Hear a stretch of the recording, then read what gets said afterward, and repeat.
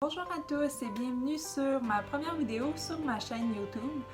Mon nom c'est Mylène, puis dans cette vidéo-là, je vais vous expliquer en fait comment j'ai réussi à réaliser mon rêve, celui de me partir en affaires et surtout celui de travailler avec les animaux. Donc si vous voulez savoir vous-même comment faire, c'est quoi le parcours en fait que quelqu'un peut faire pour y arriver, n'hésitez pas à continuer pour voir la suite de la vidéo. Donc, en fait, pour ce qui est du parcours, moi, j'ai commencé un peu comme tout le monde. Je me cherchais un petit peu au secondaire et j'ai décidé d'aller suivre une formation après mon secondaire, en fait, une technique en commercialisation de la mode. C'est sûr que c'est assez différent, en fait, du domaine animalier, mais étant donné que dans les cours d'orientation, c'est pas quelque chose qu'on parle. Pour travailler dans le domaine animalier, il faut soit être vétérinaire, technicienne en santé animale ou peut-être toiletteur si on a la chance de se faire expliquer ça. Pour moi, c'est sûr que c'est pas des choses qui m'intéressaient. J'aime beaucoup la santé animale. Par contre, je m'aurais pas vu travailler dans ces domaines-là. Mais j'ai toujours aimé le côté entrepreneur, ce qui va quand même un peu avec le fait que j'ai démarré mon entreprise. Donc en fait, par la suite, j'ai fait ma formation de 3 ans, donc en commercialisation de la mode, et j'ai beaucoup aimé ça. Mais j'ai réalisé, comparé aux autres personnes dans ma classe, que j'étais peut-être pas vraiment passionnée. On nous parlait souvent de passion, qu'il fallait vraiment aimer ça pour travailler dans ce milieu-là. Et oui, j'aimais vraiment ça. Par contre, c'était pas nécessairement une passion, mais je suis pas sûre que je m'en rendais compte quand j'étais vraiment dedans. Donc par la suite, j'ai fini ma formation. J'ai été travailler un peu dans plusieurs domaines. J'ai été gérante, j'ai travaillé dans une compagnie marketing. J'ai vraiment essayé de trouver ma place dans ce domaine-là, mais j'ai vraiment réalisé que j'étais pas passionnée même si j'aimais ça. Et j'ai surtout réalisé que pour moi, il me manquait quelque chose.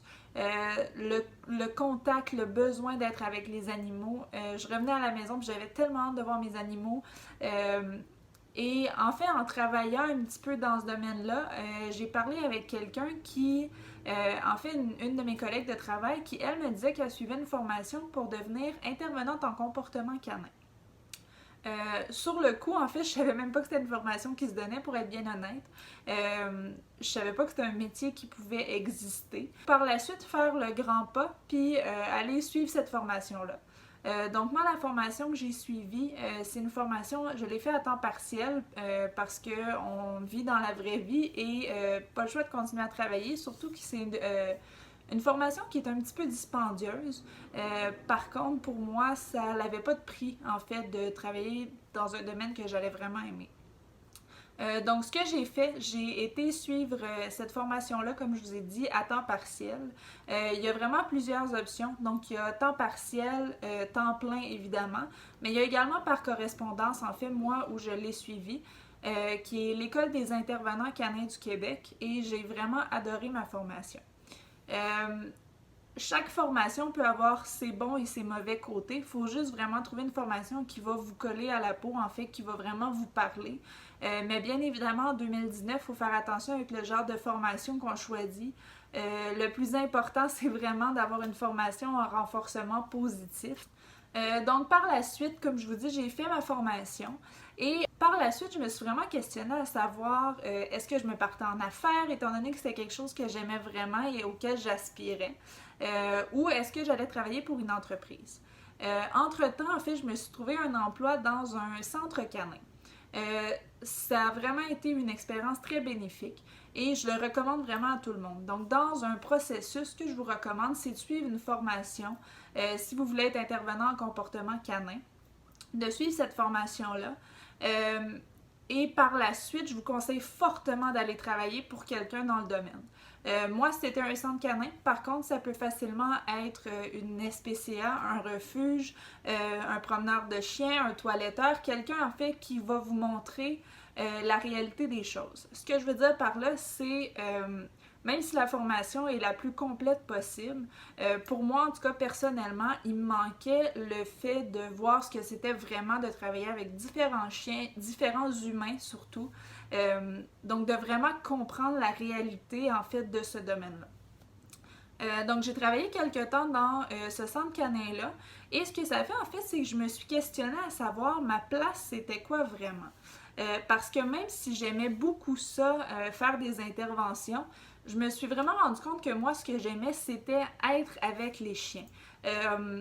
Il y en a qui vont adorer travailler avec les gens, qui vont adorer travailler avec les chiens. Moi, j'ai vraiment réalisé que ce que j'aimais particulièrement, même si j'aime beaucoup travailler avec les humains aussi, c'était la partie canin. Donc, avoir vraiment du plaisir avec les chiens. Pendant que j'étais là-bas, en fait, au centre canin, j'ai fait plusieurs formations entre-temps. Donc, pour ma part, j'ai fait une petite formation en massothérapie canine, encore une fois, qui va rechercher le contact vraiment de moi avec le chien. Et j'ai également fait une petite formation de T-Touch, qui ressemble beaucoup à de la massothérapie canine, mais qui est un petit peu différent. Je vais faire une vidéo plus tard, en fait, qui va expliquer c'est quoi le T-Touch, puis c'est quoi la différence entre la massothérapie et le T-Touch. Donc, j'ai fait ça, et par la suite, comme je vous dis, je me suis questionnée un petit peu à savoir ma place à moi, elle était où dans ce grand monde canin. Ce que je veux dire par là, c'est qu'il y a beaucoup, beaucoup de voies et d'avenues dans lesquelles on peut aller dans ce beau domaine-là. Donc, il y en a qui vont préférer travailler des gros problèmes de comportement lourds, ce qui est correct parce qu'il nous en faut. D'autres qui vont aimer seulement donner des cours de base, donc qui vont parler un peu plus du assis, du couche, aider les propriétaires à avoir une meilleure relation avec leurs chiens. Il y en a d'autres qui vont se spécialiser dans les sports canins. Et comme je vous l'ai dit, moi, ce que j'aimais beaucoup, c'était le contact avec le chien. Et surtout, moi, j'ai besoin d'être à l'extérieur, j'ai besoin d'être dehors. Donc, ce que j'ai regardé, c'est le métier de promeneur de chien. Donc, j'ai quitté mon emploi au centre canin pour suivre une formation, en fait, de promeneur de chien. Une formation en ligne qui complétait un petit peu mes acquis que j'avais développés, en fait, au cours de mes emplois et de mes formations. Et par la suite, c'est là que j'ai décidé de me démarrer mon entreprise qui a le même nom que ma chaîne et qui a ce nom-là aussi, donc qui est Avoir du chien avec Mylène. C'est vraiment un projet qui me tient particulièrement à cœur. C'est mon bébé, mais ce que j'aime beaucoup en fait de m'être partie à mon compte, c'est que je peux faire les choses à ma façon. C'est bien de travailler pour les autres, on a besoin de bagages. Par contre, c'est pas notre façon de faire, c'est pas notre gestion. Et dans le monde canin, vous allez vous en rendre compte, il y a vraiment beaucoup de façons de voir les choses, de façons de s'exprimer, tout ça. Donc pour moi, c'était vraiment important de pouvoir le faire à ma façon et j'adore vraiment ça. Donc en fait, pour conclure la vidéo, je vous dirais 3 points qui sont vraiment pour moi, en fait, qui sont essentiels si jamais vous désirez vous partir en affaires, c'est, comme je l'ai dit à plusieurs reprises dans cette vidéo-là, être passionné. Pour ceux qui se demandent si vous êtes passionné, vous n'êtes pas certain, vous devriez le savoir. Je croyais être passionnée du monde de la mode, mais j'ai toujours eu un doute en arrière de la tête et clairement, c'est parce que je ne l'étais pas à 100%. Alors que les animaux, j'ai toujours envie d'être avec eux, j'en ai de tatoués sur le corps. Depuis que je suis enfant, j'ai toujours admiré les entreprises comme Mira. J'ai voulu aller faire du bénévolat dans les SPCA. Donc pour moi, c'est vraiment clairement une passion depuis toujours. Donc ça, c'est vraiment le point numéro 1. Le point numéro 2, je vous dirais de vous former. Donc, les formations, selon moi, sont nécessaires. Choisissez les formations que vous voulez.